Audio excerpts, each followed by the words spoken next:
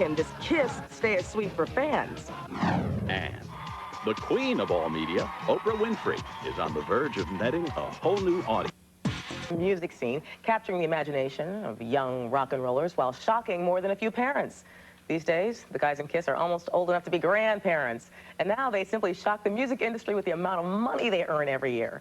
David Adelson is in our newsroom with the details of the band's latest endeavor. Hi, David. Well, hey, Gina. So what do you call four guys in their late 40s, early 50s who parade around on stage in skin-tight spandex suits and makeup? Steve Kometko's house guest? Nah, good try, but try one of the most commercially successful bands in rock and roll history. Here's this week's music news.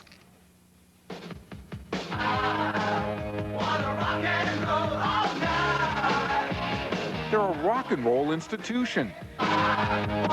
Since 1974, the guys from Kiss have sold more than 75 million records, toured the world many times, and set new standards for theatrical rock. The loyalty of their fans, young and old, is legendary. We couldn't have done it without the fans. Absolutely. Without them, we're nothing. And we've been saying it for many years. It's truer now than it ever has been. But what's most amazing about Kiss is that they're bigger now than they've ever been. They had the biggest grossing tour of 1996-97, and their new album, Psycho Circus, debuted at #2 on the album chart. Indeed, in the multi-billion-dollar world of corporate rock, few bands are as unabashedly corporate as Kiss. Whether you consider them crass capitalists or brilliant businessmen, one thing is for sure. These guys are rocking and rolling all the way to the bank.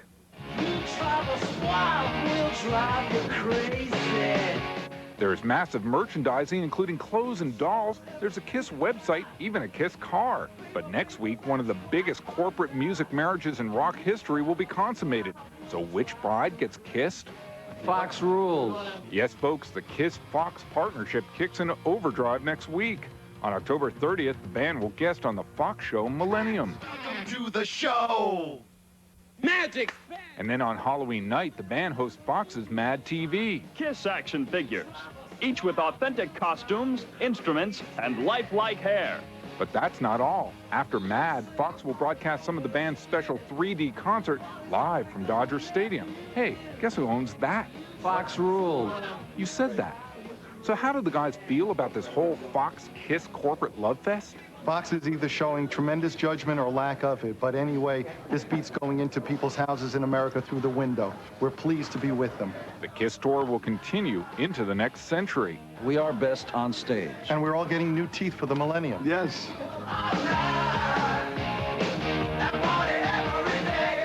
All right, they rock. All right, I caught their last concert, or their last arena tour. It was really hard to tell if they were truly taking themselves seriously or if they thought it was one big goof. Either way, it's all very profitable. The show's a blast and definitely worth checking out. They just go to show what I was telling Steve earlier. If you wear enough makeup, nobody's going to know you've aged a day. Exactly. Not once. Now, besides Kiss, what else is happening in music stores this week? Well, actually, Gina, it continues to be all about rap for music buyers. Rap and hip-hop artists like Jay-Z and Lauryn Hill and Outkast, they continue to dominate the album chart. Now, the next really huge release is scheduled for November 3rd when the new one from Alanis Morissette hits stores. Also coming, new ones from R.E.M., Whitney, Mariah, Celine, Metallica, Garth Seal, many more. It's beginning to feel a whole lot like Christmas in the music industry. I was going to say, you're breaking out the big guns for the big sales. That's for sure. Thanks a We'll lot, see ya. David. Yes, Steve? I don't allow guests in my home who don't wear spandex and makeup, and that's just the men. Still to come on E! News Weekend?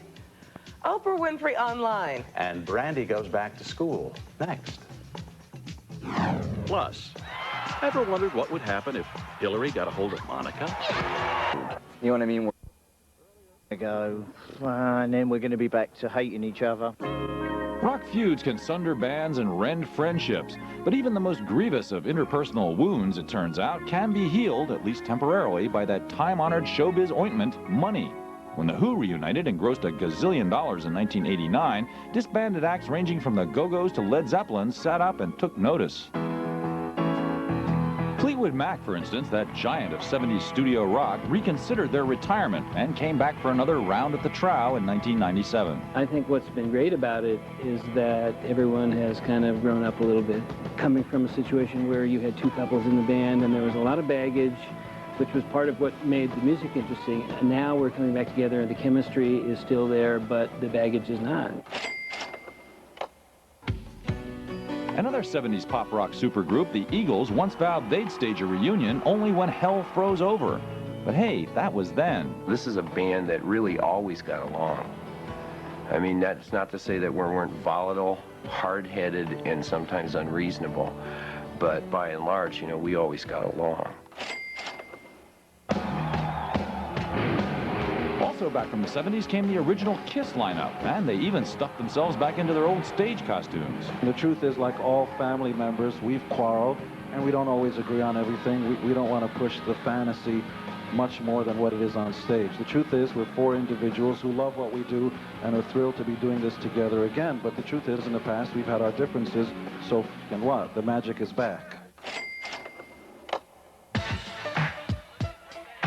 Bands sort of go through these, you know, reconciliations, and he quits and he sues who, and what you've basically described to me as a marriage. There is a comparison to be made between being in a band and being in a marriage, because you have to make certain compromises for the longevity of the thing. And I think after a while you know your partners or your bandmates' flaws and their positive attributes. We're family. Any family situation, you know, things tend to, or in marriages, things, you know, start to irk you, and sometimes you just need to step back, you know, and be apart for a little while, and then you forget how much you maybe didn't appreciate them, you know, and say, you know what, I guess all that stuff wasn't that bad. And then there was Aaron.